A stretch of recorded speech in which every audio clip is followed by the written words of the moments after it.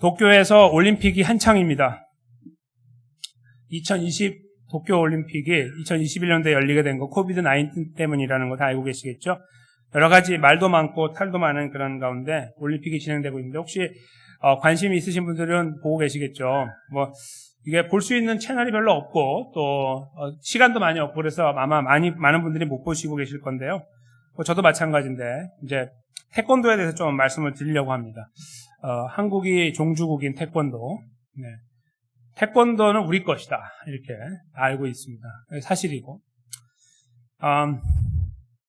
여기 지금 나와 있는 사진에 있는 저 6명은 이번 도쿄올림픽 2020 도쿄올림픽에 참여한 태권도 국가대표 선수들입니다.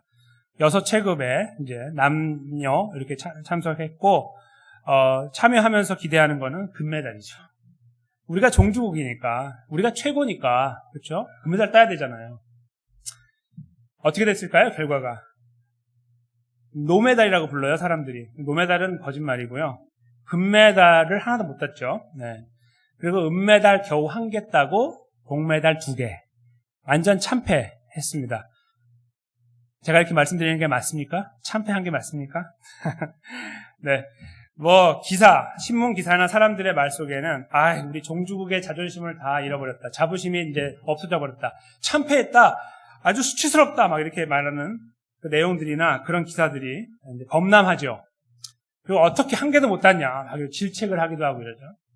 그런데요, 이런 사건을 놓고 뉴욕타임즈에서 지난 7월 26일에 아주 충격적인 기사를 냈습니다. 뉴욕타임즈에 나와 있는 기사의 제목은 태권도는 모든 올림픽 종목 중에 가장 관대하다. 기존에 국제 스포츠계에서 소외됐던 국가들이 시상대에 오를 수 있는 희망을 줬다. 이겁니다. 이게 타이틀이에요. 어떻게 생각하십니까? 이게 완전히 다른 관점이죠. 태권도가 망했다 이렇게 보는 분들이 있어요. 그리고 질책을 가하는 분들. 네, 저는 이 기사를 읽고 또 보면서 그런 평가는 굉장히 저급한 평가다라는 생각을 했습니다. 너무너무 저급한 어린 아이 같은 평가구나라는 생각을 했어요. 이 기사가 지금 하고자 하는 말이 뭐냐면 태권도의 원래 정신을 그 태권도가 올림픽에 들어올 때 갖고 있던 정신이 있잖아요. 그것이 무엇이었냐가 중요하고 그 정신이 지켜졌느냐 이루어졌느냐 그것이 중요하다라는 그런 포인트예요. 이 신문은 말하는 거예요. 그렇다. 그게 뭔데요? 태권도의 국제화예요.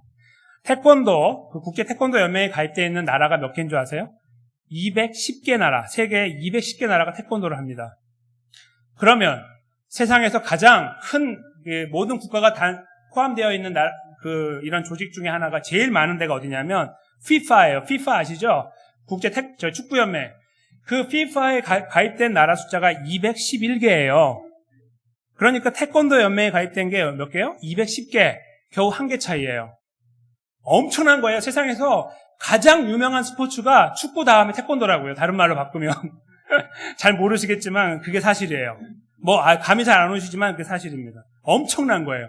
그러니까 뉴욕타임즈 기사가 이 기사를 쓴 거예요. 미국 사람이 이걸 썼다고요.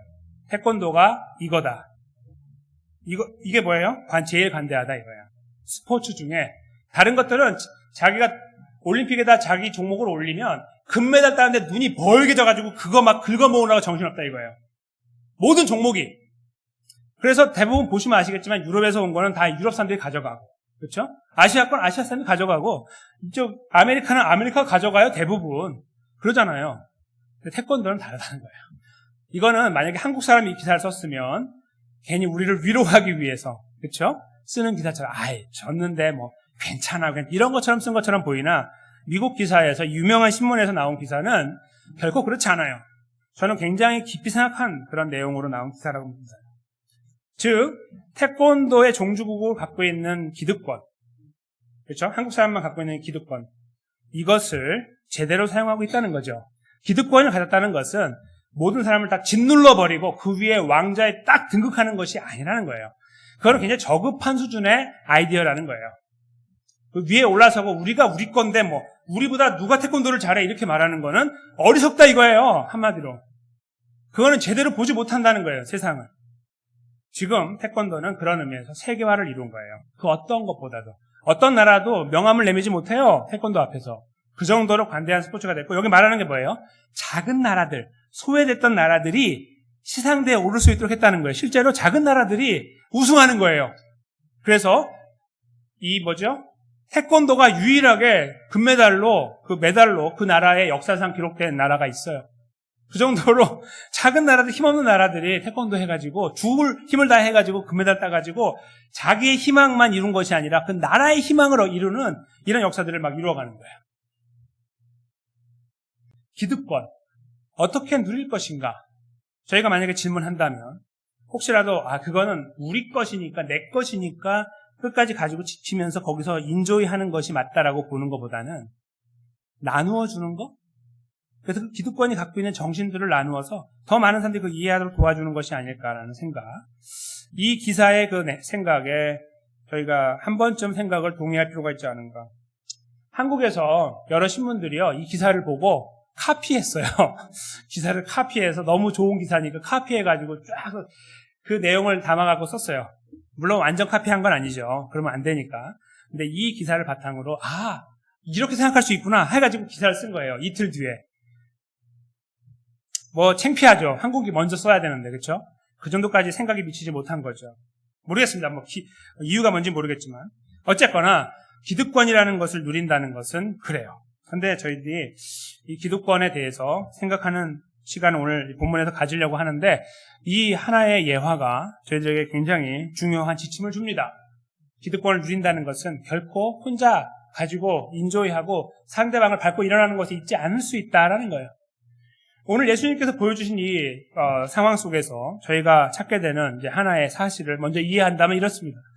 예수님께서 12제자, 저희가 다른 말로 바꾸면 사도라고 부르는 자들을 부르셔서 그들을 특별하게 대우하시는 장면이 나옵니다. 8장에는 예수님께서 하나님의 나라를 가르치고 그것을 가르치는 과정에 이게 사실이라는 걸 증명하기 위해서 병자들을 고치는 사건들이 이렇게 함께 나오고 있죠.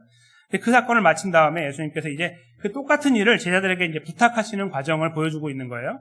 근데 그냥 보내시는 것이 아니라 1절에 보시면 모든 귀신을 제어하고 병을 고치는 능력과 권위를 주셨다. 영어로 파워하고 authority라는 건데요. 능력과 권위를 주셨다라고 쓰고 있습니다. 그러니까 제자들이 어떤 기득권을 받은 거예요. 기득권이라는 말의 의미를 참 잘 알고 계시죠? 그냥 주어졌다는 말이에요. 이미 주어졌다, 말 그대로. 근데 무슨 노력을 통해 주어진 것이 아니라 그냥 주어진 거예요. 태어나서 보니까 주어진 게 그게 기득권이죠. 그 기득권을 여기에 지금 주어지는데 뭐냐면 두 가지로 표현됐죠. 능력과 권위라는 거예요. 제자들에게. 그걸 주시고 나서 그걸 사용하는 목적을 알려주시기를 하나님의 나라를 전파하며 앓는 자를 고치게 하라. 이렇게 두 가지 목적을 주셨습니다. 즉 하나님의 나라를 전파한다는 말은 예수 그리스도를 전파한다는 말이고, 조금 더 정확하게 표현한다면 예수 그리스도를 믿어 구원하는 그 구원을 전파한다는 말이에요. 그게 바로 하나님의 나라라는 말을 우리가 더 알기 쉽게 표현하는 내용이 됩니다. 그걸 전파하라라고 말씀하셨어요. 그러니까 목적이 두 가지예요. 권위와 능력을 주신 것은 하나님의 나라를 전파하라, 예수님을 알려라. 둘째는 거기 보면 병든 자, 앓는 자를 고치게 하라라고 한 거예요. 근데 이 두 가지는 8장에서 이미 예수님께서 하셨다고 말씀드렸죠? 하나님의 나라를 전파하고 이게 사실이다라고 알려주시면서 그거를 서포트하기 위해서 사람들을 고쳤어요. 그 사람들의 눈이 열리고 밝아져서 이게 진짜구나라는 것을 알아나갈 수 있는 기회를 준 거예요. 두 가지가 다 필요했죠. 여기서 똑같은 걸 말씀하시는 거예요. 그것도 하고 이것도 하라. 내가 한 것처럼. 근데 그러기 위해서 내가 너희들에게 권위와 능력을 준다. 이렇게 말씀하신 거죠.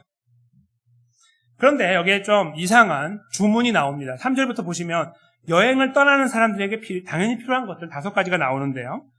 3절에 보시면 이 여행을 위하여 아무것도 가지지 말라라고 하면서 정확하게 지적하시는 게 지팡이, 배낭, 지팡이, 주머니, 양식, 돈, 두버릇, 이렇게 5가지를 말씀하세요. 이 5가지는 당시에 여행을 떠나는 사람들이 머릿속에 있는 리스트예요. 어딜 여행 간다, 어디 며칠 길을 간다라고 하면 반드시 챙겨야 되는 리스트 5가지가 이거라고요. 그러니까 예수님께서 정말 필요한 5가지를 구체적으로 지적하신 거예요. 여행을 위해 아무것도 가지지 말라 그러면 이런 거 챙길까봐 몇 개 이렇게 챙기고, 이건 아니겠지 하고 이렇게 몇 개 챙길까봐 그거 다 지적한 거예요. 요렇게. 그러니까 빠져나갈 구멍이 없어요. 아무것도 준비하지 말라고 하면 이거 말고 준비할 거 별로 없거든요. 그런데 이거 말고는 없는데 그걸 다 지적하면서 이것들을 하지 말라고 하셨으니 어색한 거예요. 그렇죠? 여행을 가려면, 먼 길을 가려면 다 필요해요. 보세요. 지팡이, 또 주머니, 양식이나 돈이나 또 옷 필요하잖아요. 그렇죠? 근데 그렇게 주문하시는 예수님의 의도가 무엇일까 생각을 해보게 됩니다. 그 다음으로 이어지는 내용이 이제 이것을 받아서 설명하고 있는데요. 마치 거지같이 보여요. 그렇죠? 4절을 보시면 어느 집에 들어가든지 거기서 머물다가 거기서 떠나라. 이게 거지잖아요. 그러니까 이렇게 말씀하시는 거예요. 복음을 가지고 가는데, 이 능력과 권위를 가지고 가는데 어떤 집에 가서 예수님을 알렸을 때 나 예수님 그래요? 우리 집에 들어오세요 해서 반기고 그 집에서 복음을 들었다고 가정하는 거예요. 그 집을 말하는 거죠. 그 집에 들어가요. 그럼 얼씨구나 잘됐다. 여기서 그냥 끝까지 있자. 이렇게 하라는 말이에요. 어떻게 보면. 그렇죠? 거기 머물다가 거기서 떠나라 이런 말이니까. 근데 왜 이 말씀 하셨는지를 이제 먼저 저희가 조금 더 생각을 해보면, 당시에 거지들이 있잖아요. 진짜 거지들이 했던 행동들이 있어요. 예수님이 여기 4절을 말씀하신 이유는 거지처럼 하지 말라는 거예요. 이 4절이 거지같이 보이잖아요. 근데 거지처럼 하지 말라면서 4절을 말씀하신 이유가 이거예요. 진짜 거지들은 어떻게 했냐면 한 집에 머물지 않았어요. 이 집, 저 집 돌아다니는 거예요. 여기 갔다, 저기 갔다, 저기 갔다, 여기 왔다. 계속 돌아다녀요. 그래서 여기서 얻어먹고, 저기서 얻어먹고, 여기서 받고, 저기서 받고, 여기서 돈 받고, 저기서 돈 받고, 여기서 옷 받고, 저기서 옷 받는 거예요. 그런 게 당시의 거지들의 풍토였어요. 그러니까 예수님께서 4절을 굳이 말씀하지 않으셔도 됐는데 말씀하시는 이유는 거지처럼 하지 말라는 거예요. 우리가 볼 땐 이게 거지인데 거지처럼 하지 말라. 반대로 말씀하신 거예요. 왜냐하면 이것이 다른 거였으니까. 사람들의 생각 속에는 이렇게 하는 것이 이상한 거였으니까 이렇게 말씀하신 거예요. 실제로 예수님께서 이 복음에 대한 그 강조점을 말씀하실 때에 복음을 듣고 그 구원 얻은 사람과 이렇게 같이 지내는 거에 대한 어색함이 없다는 것을 말씀하셨어요. 왜냐하면 복음을 나눈 사람은 뭐 요즘에야 목사나 선교사 이렇게 생각하시지만 누군가 복음을 나눈다고 생각해 보세요. 그러면 복음을 들은 사람은 무엇을 얻은 겁니까? 돈으로 살 수 있는 것이 아닌 돈으로 살 수 없는 구원을 얻은 거예요. 그를 통해서. 그렇죠? 하나님이 그를 통해서 복음을 주셔서 그 과정을 통해 역사하셔서 복음이 그에게 들어가게 하셨어요. 그러면 그 사람은 생명의 은인이 되는 거예요. 그렇죠? 그래서 성경은 그런 원리로 돌아가요. 이 복음을 이루어가는 과정이. 그래서 그 사도 바울도 자기가 수고하는 복음을 전하는 거에 대해서 자기가 누가 밥을 주면 밥을 받아 먹는 것이 거지처럼 얻어먹는 것이 아니라 정당하게 받아 먹고 나는 떳떳하게 받아 먹는다라고 말해요.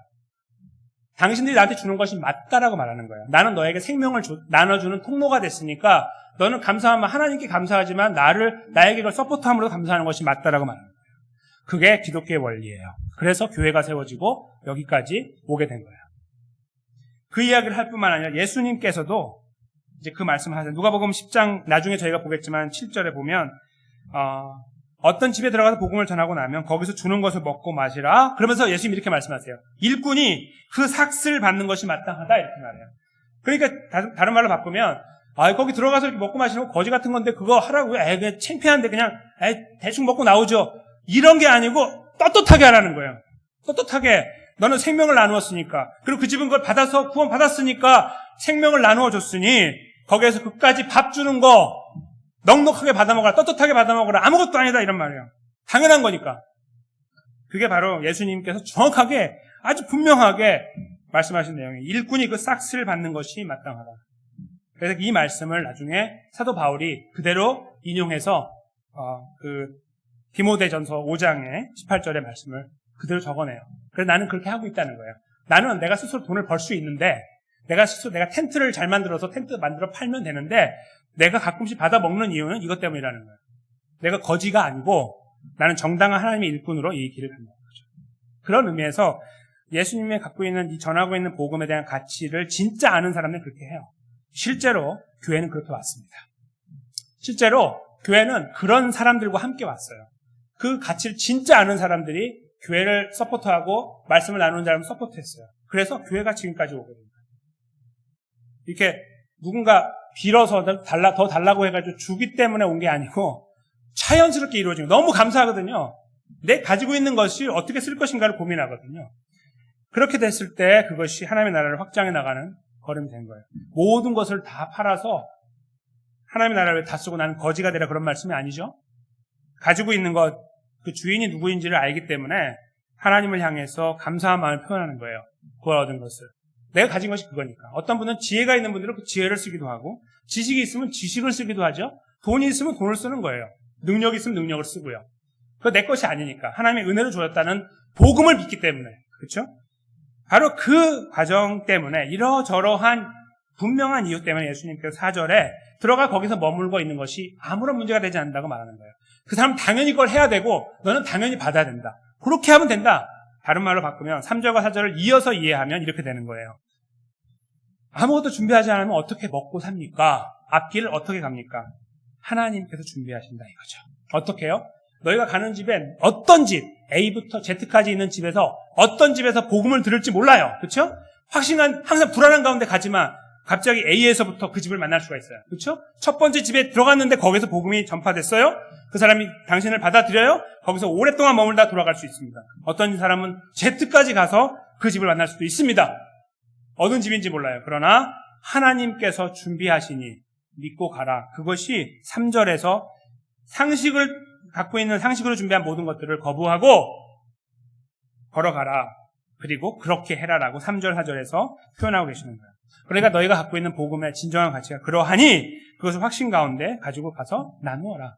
이렇게 예수님께서 제자들에게 말씀하신 거예요. 근데 5절에 보시면 혹시라도 나를 받지 않는 집이 있다면 어떡할까요? 거기에 표현하죠. 그 마을을 떠날 때 먼지를 탁탁 털어버려라. 이건 마치 그 집에 저주를 퍼부어라. 그 집은 저주의 피가 흘러서 더 이상 구원받지 못하게 하라. 그런 것이 아니에요. 그런 권한이 없죠. 사람에게. 근데 그렇게 많이 이해하는 분들이 계십니다. 그래서 그 복음 전할 때 거부하면 그걸 털어버리고 오세요. 그냥 말씀대로 할 수는 있지만 그게 그런 의미가 아니에요. 왜냐면요. 잘 생각해 보세요. 저희가 예수님 믿을 때 어떤 분들은 어린 시절에 복음을 듣고 금방 예수님 믿어 오신 분이 계시고요. 어떤 분들은 아주 오랜 시간이 지난 다음에 예수님 만나신 분이 계십니다. 그렇죠? 복음을 수도 없이 들었어요. 근데 한 번도 그에 대해서 심각하게 생각하지 않고 너무 거부하며 왔던 분들이 어느 순간에 예수님 만나세요. 그거 어떻게 만나신 거예요? 그럼 앞에 뿌린 모든 씨앗이 다 헛겁니까? 이 마지막에 한 사람이 진짜예요? 천만의 말씀이죠. 하나님 모두 다 사용하신 거죠. 처음부터 끝까지. 그걸 생각할 때 보면 복음을 여기서 지금 당장에 듣지 않을 수 있어요. 들어오지 마세요. 할 수 있지만 이것은 당신은 저주받았으니 구원받지 못한다는 말이 아니에요. 털어버린다는 것은. 이것은 자부심입니다. 자부심을 말하는 거예요. 당신이 지금 너희가 갖고 있는 복음이 누군가에 의해서 거절당한다 할지라도 거기서 너희가 주눅들거나 힘들어하지 말아라. 절망하지 말아라 이거예요. 자부심을 보여라. 털어버리고 다시 가라 이거예요. 다른 곳으로. 받는 곳으로. 너희가 거지이기 때문에 그렇게 유랑자가 되어야 되기 때문이 아니라 그것이 이 진짜를 갖고 있는 자의 진정한 자부심이기 때문이라는 거예요. 끄떡하지 말고 흔들리지 말고 이 복음의 담대함을 가지고 자부심을 가지고 이 걸음을 걸어가라. 그 말씀을 털어버린다는 것으로 표현했다. 이렇게 저희가 이해하게 됩니다. 그리고 그들은 이 말씀 그대로 6절에 보면 하라는 그대로 했어요. 아무것도 가지고 가지 말라. 아무것도 안 가졌어요. 5가지 중에 한 가지를 챙긴 건 다 버리고 원하시는 대로 가서 그 역할을 했다라고 6절이 저희들에게 증거하고 있습니다.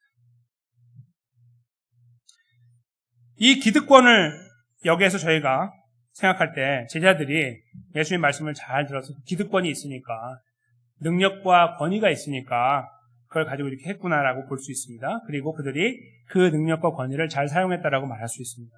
그렇죠? 마치 태권도가 세계화가 되는 과정에서 그 기득권이 나누어지고 사용되었던 것처럼 움켜쥐는 것이 아닌 나누어짐으로 그것이 잘 이루어진 것처럼 제자들이 가졌던 이 기득권을 가지고 복음을 잘 전했구나라는 것을 첫 번째 우리 이 이해 속에서 헤아리게 됩니다.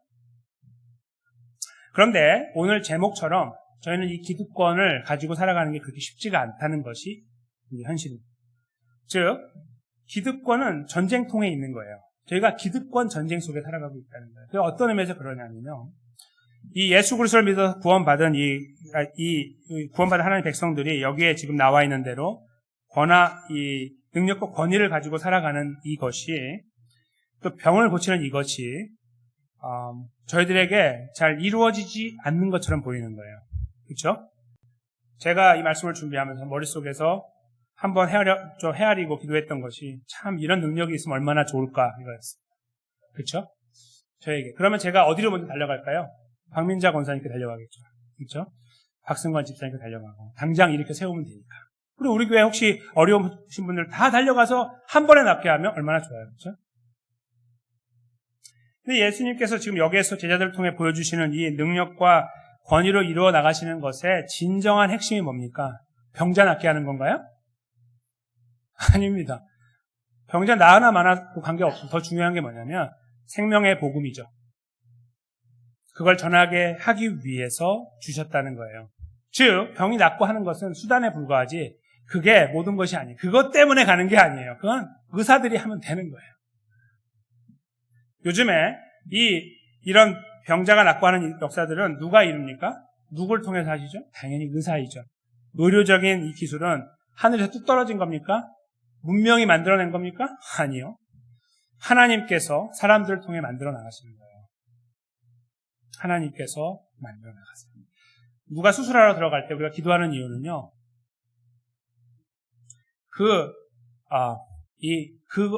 돌아가고 있는 이 수술 때 움직여 나가는 것은 따로 있고 하나님 여기 계시기 때문이 아니고 이게 하나이기 때문에 하나님의 통치 아래에 있기 때문에 기도하는 겁니다.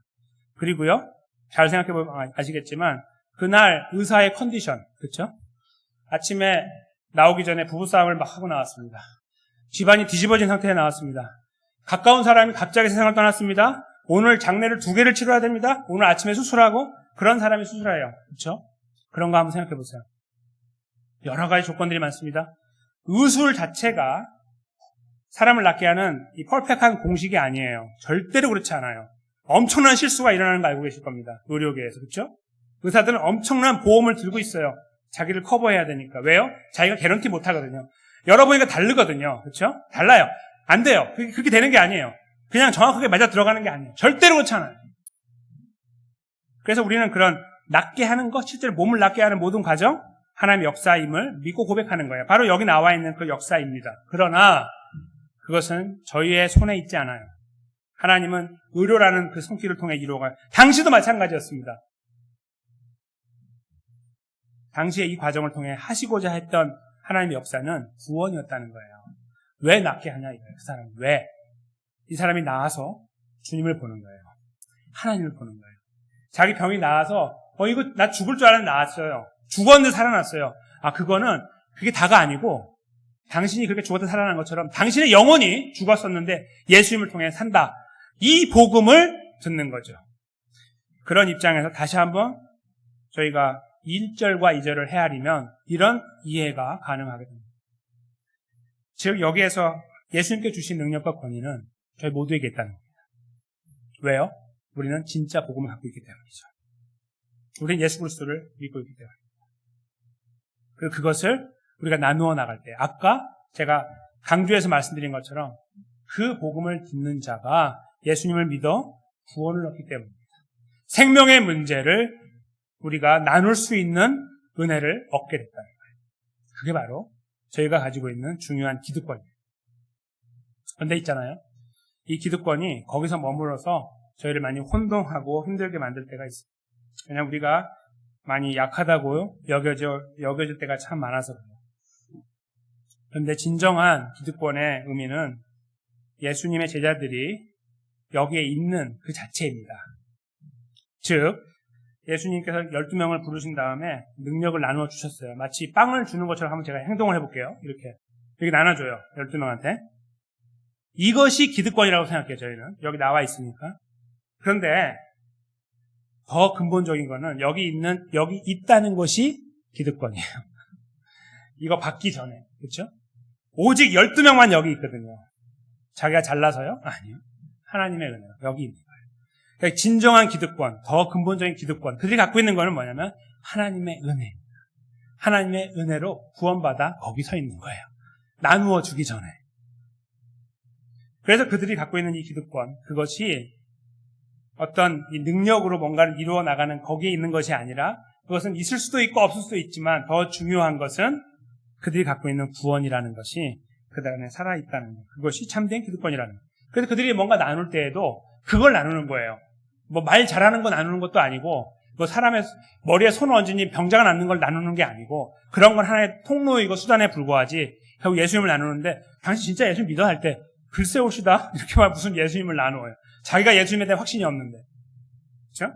바로 그 첫 번째 고백해야 되는 믿음. 바로 그것이 그리고 거기에서 보는 구원이라는 것이 진정한 기득권이라는 거예요. 그런 의미에서 지자들과 저희는 다 이 기득권을 소유한 자들입니다. 그런데 기득권의 전쟁이라는 것은 왜 일어날까요? 그 기득권을 알겠는데 나누는 것도 알겠거든요. 근데 왜 일어나냐면 바로 3절에 나와 있는 말씀 때문입니다. 그 기득권을 이루어갈 때 저희는 조건을 생각합니다. 즉 내가 그래도 누군가에게 내 얼굴 하나 때 내밀었을 때 사람들이 고개를 굽신굽신 해야 그렇죠? 그래야 내가 사실 예수님 믿는 사람이야 이렇게 말하면 좋잖아요. 축구에서 골 넣은 다음에 뛰어가서 무릎 꿇면서 기도 딱 할 때 이야 하나님의 영광을 위해 했다라고 말하잖아요. 그 사람이 하나님의 영광을 위해 하지 않은 것이 아니고 분명히 그 일을 위해 했지만 저희의 머릿속에는 그런 영광과 이 기득권을 사용하는 것이 이렇게 매치가 돼 있어요. 즉 세상의 가치관에 매치가 됐다는 거예요. 여기 나와 있는 5가지의 이 아이템들은 이 품목들은 이 여행을 위해 반드시 필요한 거예요. 상식적인 사람은 누구나 가져야 되는 거예요. 저희가 기득권을 나누어 나가려고 할 때, 복음을 나누려고 할 때 머릿속에 빙빙 도는 것이 뭐냐면 훌륭한 사람이 되자 이거예요. 훌륭한 사람이 되자. 훌륭한 사람이 돼야죠. 그리고 청소년들에게 가르쳐야 됩니다. 훌륭하게 되어라. 왜요?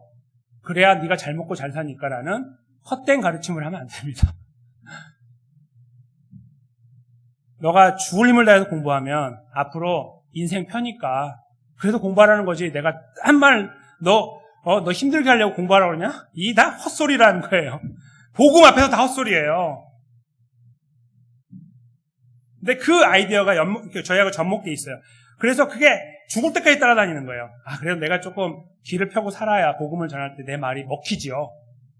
그럼 그렇게 되시려고 노력하셨습니까? 복음을 위해서? 아니요. 잘 안 하거든요. 그냥 잘 먹고 잘 사는 게 더 많이 혈안이 돼 있거든요. 저희 인생이. 어디로 가고 있습니까? 지금 바빠서 몰라요. 나 일단 벌어야 되고, 나 일단 성공해야 되고, 일어나야 되니까. 그렇죠? 나중에 한 20년 지나서 돌아볼 때 거기에 너무 멀리 떨어져 있죠. 관계가 없어요. 하나님 믿고 살아갑니다. 제자로 살아가요. 변함이 없습니다만 너무너무 연약하죠. 아무것도 하나님 백성으로서 드러낼 수 있는 것들이 없어요. 묵묵히라는 표현을 여기다 쓰면 안 되죠. 조용히 살아가는 거예요, 그냥. 바로 그 가치관이 저희를 건드립니다. 그래도 지팡이는 있어야 되죠. 지팡이 하나 있어야죠, 예수님. 주머니는 있어야죠. 다 들고 다니는데. 양식은요. 그거 어디가서 빌어먹고 양식 챙겨가야죠. 그래도 돈이 좀 있어야 어디 가서 손 안 벌리고 내 거 할 거 아닙니까? 그래야 사람들이 복음이 진짜라고 믿을 거 아닙니까? 나 이렇게 잘났다고 했을 때 그대로 믿는 거 아닙니까? 두보로도 마찬가지예요. 남한테 손 내밀지 않는 모습, 약하지 않은 모습, 강한 모습 이런 것들을 다 상징하고 있는 거예요. 그러니까 세상의 가치관이 바로 그걸 다 서포트하고 있는 거예요. 그거 있어야 됩니다. 예수님께서 그거를 버리라고 하시는 거예요. 이게 가치관의 전쟁. 이게 바로 그 기득권의 전쟁입니다. 기득권을 우리는 뭔가 다른 것을 얻어서 하나님 나에게 기득권을 주셔서 감사합니다. 생명을 주셔서 감사합니다. 여기서 이만큼을 내가 얻게 해주십시오. 맹목적으로 기도해요. 여기 나와 있는 것들을 저희가 조금 다른 걸로 바꾸면 성공, 높은 자리, 진급, 번영, 돈 이런 것들로 저희가 표현할 수 있습니다. 그래서 기도하면 추구해 나갑니다. 기득권을 주어졌을 때 그것이 잘 사용되고 효과적으로 사용되는 방법은 오늘 본문에 잘 나와 있듯이 쓰라는 대로 쓰는 거예요. 쓰라는 대로. 잘 먹고 잘 살기 위해서요. 죄송합니다만 기독교에는 그것을 담보하고 있지 않습니다. 헌금은 복채가 아닙니다. 내가 죽을 힘을 다 드렸으니까 주시겠지? 아닙니다. 진정으로 구원을 잘 생각해 보세요. 정말 구원 받으셨습니까? 정말 구원 받았다고 생각하실 때에 그 구원의 가치가 얼만큼 되십니까? 아까 그 집에 들어갔을 때 그 사람이 밥을 대접하는 그런 마음이 있으십니까? 에이, 뭐 그런 걸 합니까? 구원이 풀인데 라고 생각하십니까? 구원의 의미를 알고 가치를 알 때 진정한 저희가 헌금을 할 수 있고 진정한 헌신을 할 수 있어요. 세상의 가치관으로 하는 경우가 많아요. 내가 1개 주면 10개 준다더라? 다른 종교에서 하는 이야기입니다. 샤머니즘, 미신이고 무속신앙입니다. 나는 감사하게 드렸을 뿐인데 하나님이 주시는 거예요. 나는 하나님께 너무 감사해서 드렸어요. 하나님께서 주시는 거예요. 그게 바로 하나님의 은혜인 거죠. 우리가 계산하고 드렸으니까 하나님 뭔가 주신다는 거 더 이상 하지 마십시오. 만약에 그렇게 하신다면.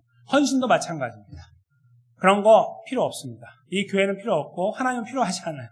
그건 아니에요.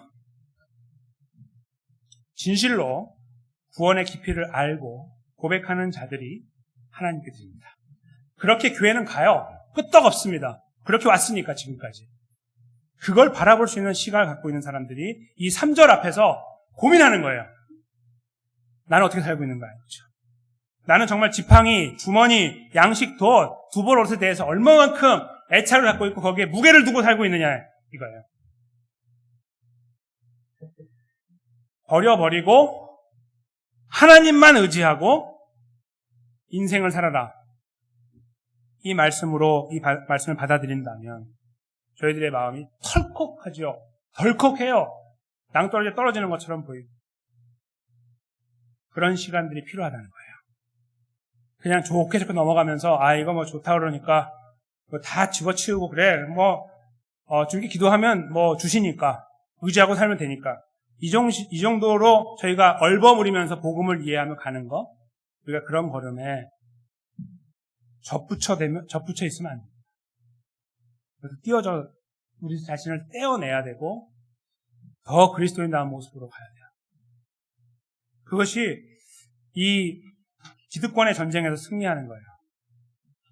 나의 갖추어진 기득권을 나누어나 마치 나중에 시간이 돼서 하나님 그런 것들을 주셨을 때 그런 마인드가 있을 때는 어떻게 말하냐면 그래도 내가 죽을 힘을 다해 벌었던 거 썼습니다. 주님 영광을 위해서. 이렇게 말합니다. 내가 죽을 힘을 다해 배웠던 거 하나님 영광에 썼습니다. 내가 그동안에 힘을 다해 수고했던 거 다 하나님 영광에 했습니다. 여러분 그거 알고 계십니까? 이렇게 말합니다. 만약에 아무것도 없다면요. 정말 이 3절에 표현하고 있는 내용 정말 그대로 아무것도 없어요. 그랬을 때 우리가 정말 아무것도 없는 가운데 주님다운 모습으로 살려고 발버둥치고 한마디 한마디 꺼낼 때마다 진실되게 꺼내려고 노력하고 행동 하나 할 때마다 주님 앞에서 하려고 발버둥치고 그리고 기회가 될 때마다 예수님을 같이 믿으면 좋겠습니다라고 말씀하고 기도하고 우리는 어떤 모습으로 살아가야 될까요? 저는 여기에서 그 세상에서 이루는 것이 다 중요하지 않으니 집어치우시고 다 필요 없으니 갑시다라는 말씀은 아니에요. 성공하고 승리하고 일어나고 발전해야 됩니다. 왜요? 왜 그게 필요합니까? 다 그렇게 하니까요? 가니까요? 아니라 나에게 허락하신 구원의 은혜가 어찌하던 나의 삶을 통하여 효과적으로 나누어지기 위하여입니다. 어찌하든 예수 그리스도가 존귀케 되는 것. 그것을 나누어 나가는 것. 바로 거기에 저희가 골몰할 수 있을 때에 보다 더 성숙한 그리스도의 모습을 꿈꿀 수가 있고 그 걸음을 고민하고 걸어갈 수 있는 것입니다. 그리고 그럴 때에 우리 삶의 모습이 어떠하든지 흔들리지 않아요. 하나님 저는 왜 이만큼밖에 안 줬습니까? 라고 컴플레인하지 않아요. 오늘 장로님 기도하셨죠? 있으면 있는데 없으면 없는데 감사하며 살아왔다. 하나님 우리를 붙잡으셔서 왔다라는 그 고백만 갖고 있는 거예요. 살아왔어요. 없는데. 일주일 살아왔잖아요. 그렇죠? 어떻게 해요? 없는데? 그겁니다. 하나님이 붙잡아 주셨어요. 그 은혜를 기억하고 고백하는. 바로 그것이 기득권의 승리예요. 기득권 전쟁에서의 승리라는 그 걸음을 저희들에게 말씀하시고 격려하시고 명령하시는 예수 그리스도께서요. 우리들에게 이렇게 말씀하세요. 야, 힘들지? 예, 죽겠습니다. 그거 참. 그거 따라가는 것처럼 참 어려운 것이 없습니다. 아, 그렇게 어려운 말씀 자꾸 주시면 곤란합니다, 제가. 라고 하고 있는 저희들에게 빌립보서 2장 5절에서 8절이 이렇게 말씀을 전하고 있습니다. 우리가 이 말씀을 한 목소리로 읽으며 왜 우리가 이 걸음을 그렇게 진절이 나게 추구해야 되는지 한번 찾아보겠습니다. 빌립보서 2장 5절 말씀을 우리가 읽겠습니다. 혹시 함께 좀 보이시는 분들만 이렇게 읽으시면 되겠습니다. 시작. 너희 안에 이 마음을 품으라. 곧 그리스도 예수의 마음이니 그는 근본 하나님의 본체시나 하나님과 동등됨을 취할 것으로 여기지 아니하시고 오히려 자기를 비어 종의 형체를 가져 사람들과 같이 되었고 사람의 모양으로 나타나셨음에 자기를 낮추시고 죽기까지 복종하셨으니 곧 십자가의 죽으심이라. 아멘. 바로 이 말씀입니다. 왜 저희가 이 명령을 곰곰이 골똘히 고민해야 되냐 이거예요. 예수님, 우리의 구원자 예수님께서 그렇게 하셨기 때문이라는 겁니다.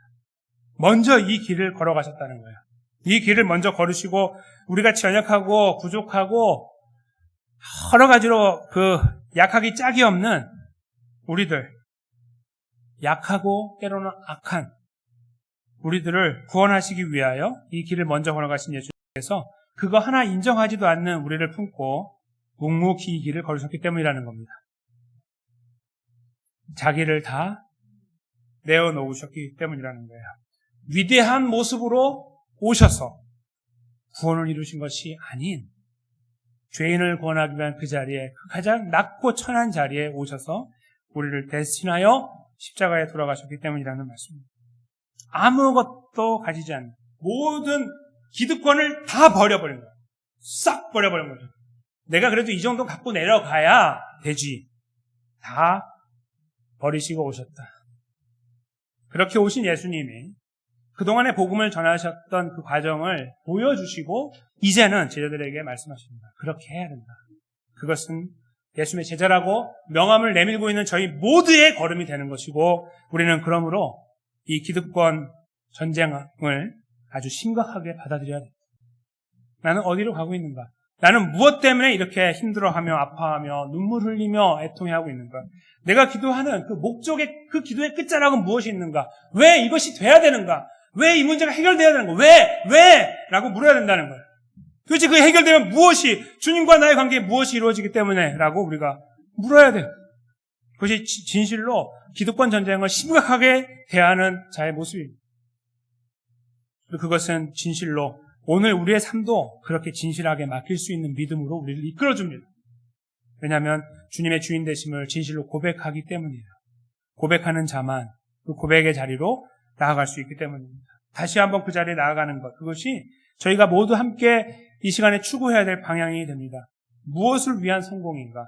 무엇을 위한 승리인가? 무엇을 위한 이 문제의 해결인가? 무엇을 위한 저 문제의 해결이고 내 건강의 문제가 해결되고 자녀의 문제가 해결되고 가정의 문제가 해결되고 부모의 문제가 해결돼야 되는가? 우리가 이 질문을 던지면서 하나님께 나를 부르신 구원의 자리에 있음에 대한 감사함을 다시 회복하고 그 원점과 같은 그 자리에 다시 우리를 세우고 구원받았음에 대한 진실로 감사함을 회복해 나가는 저와 여러분의 삶이 되어야 될 줄로 믿습니다. 그리고 그 삶을 우리가 진실되게 고백하기 원합니다.